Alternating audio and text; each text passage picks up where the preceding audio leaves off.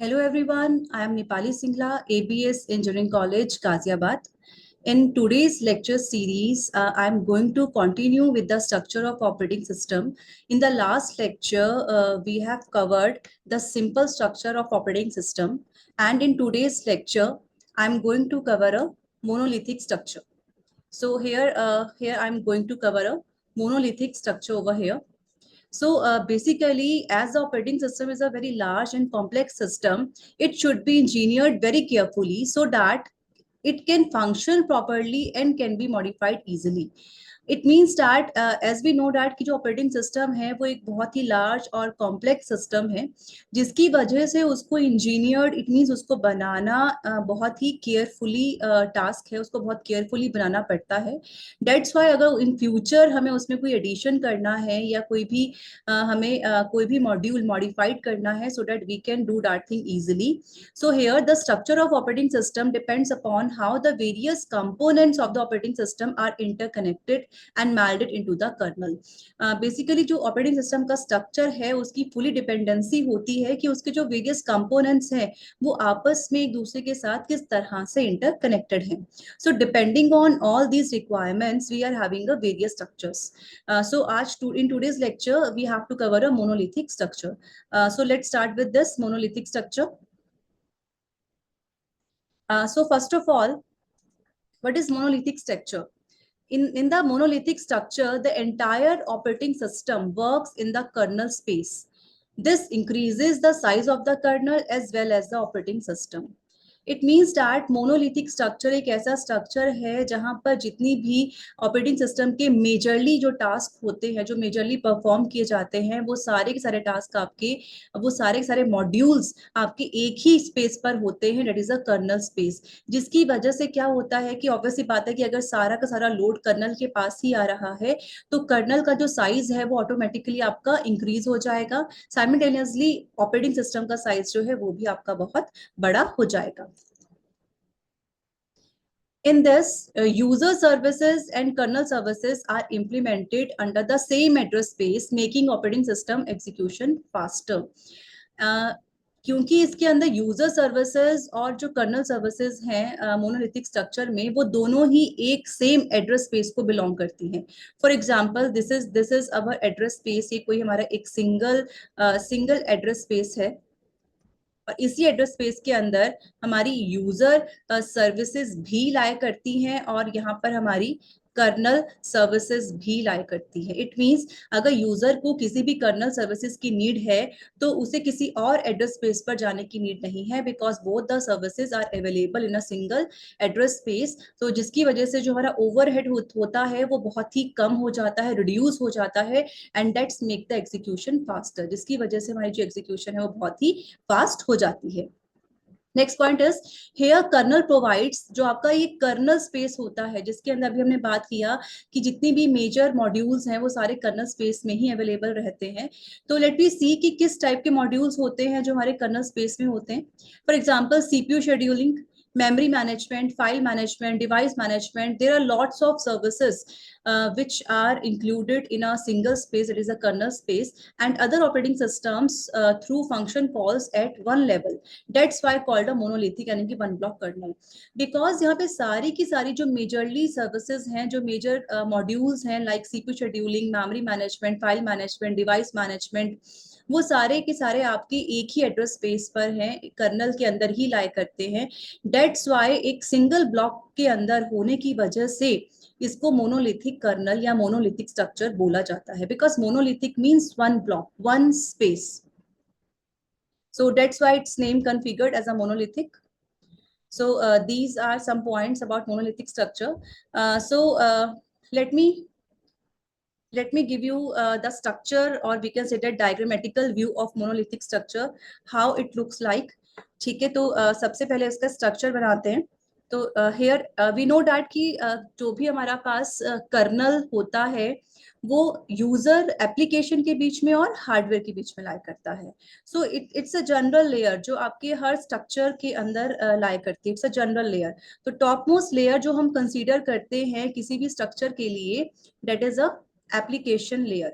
That is a application layer, और जिसको हम यूजर मोड भी बोलते हैं या फिर यूजर लेयर भी, वी कैन से दैट, इसको हम यूजर लेयर भी बोल सकते हैं. And this layer is also known as unprivileged,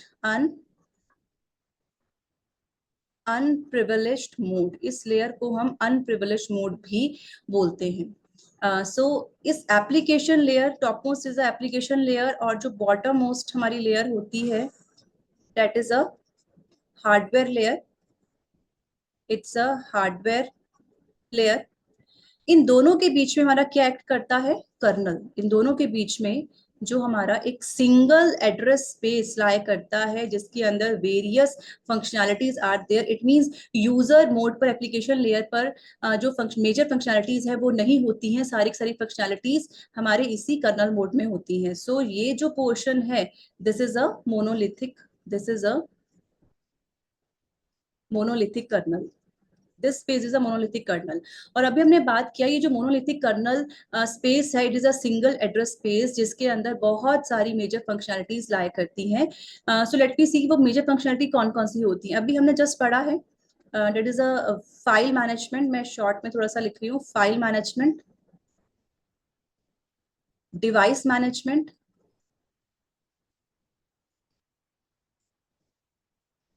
device management, network सब सिस्टम, नेटवर्क सब सिस्टम, यानी कि नेटवर्क को एस्टैब्लिश करने के लिए जो भी रिक्वायरमेंट्स हैं वो भी हमें यहीं से ही मिलेंगी. And we can say that inter process communication, inter process communication.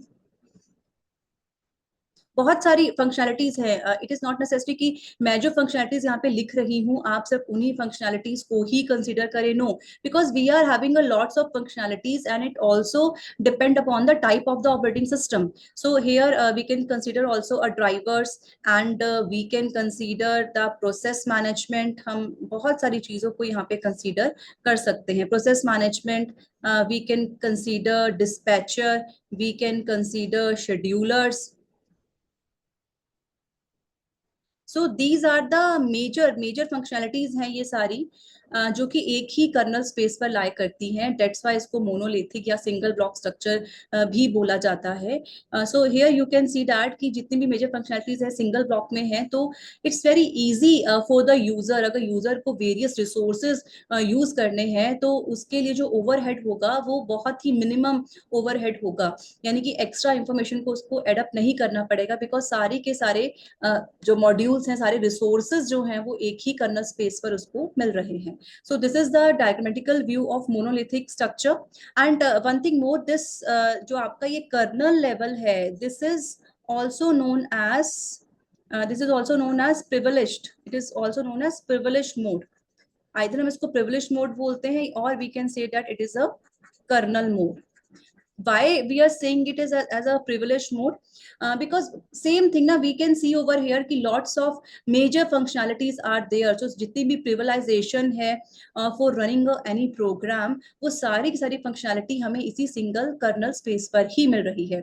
That's why it is known as a privileged mode.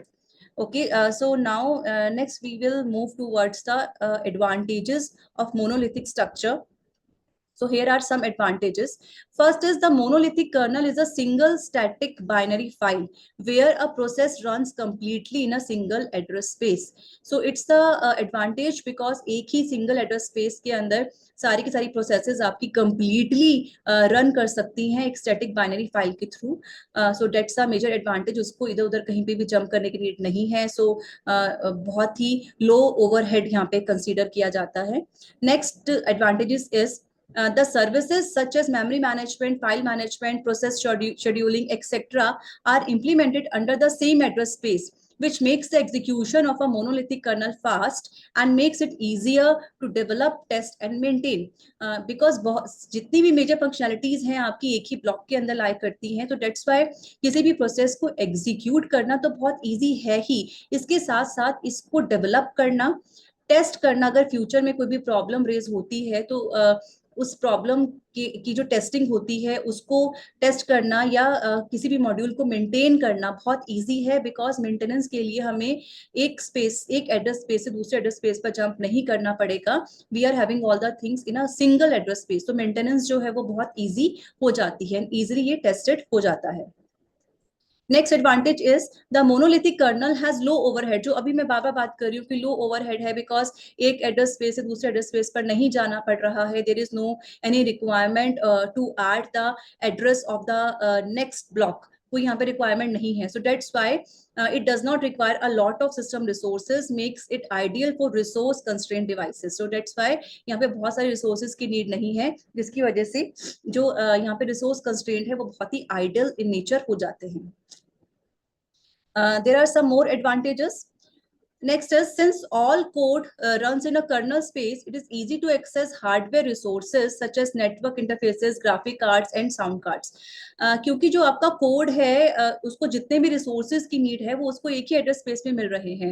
It is a kernel space, तो यहाँ पे कोड को रन करना बहुत इजी हो जाता है, बिकॉज उस कोड में जितनी भी रिक्वायरमेंट्स होती हैं उस कोड को रन करने के लिए, आइदर उसको कोई भी नेटवर्क इंटरफेस चाहिए या कोई ग्राफिक कार्ड चाहिए, कोई साउंड कार्ड चाहिए, वो सभी की सभी उसको एक ही एड्रेस स्पेस पर अवेलेबल हो जाते हैं.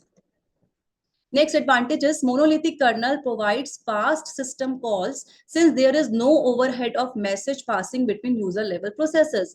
अगर system call means system, what do you mean by system call? System call basically हमारा अगर यूजर लेवल को कर्नल मोड्स या कर्नल लेवल से किसी भी रिसोर्स की नीड होती है तो वहां पर सिस्टम कॉल को जनरेट किया जाता है.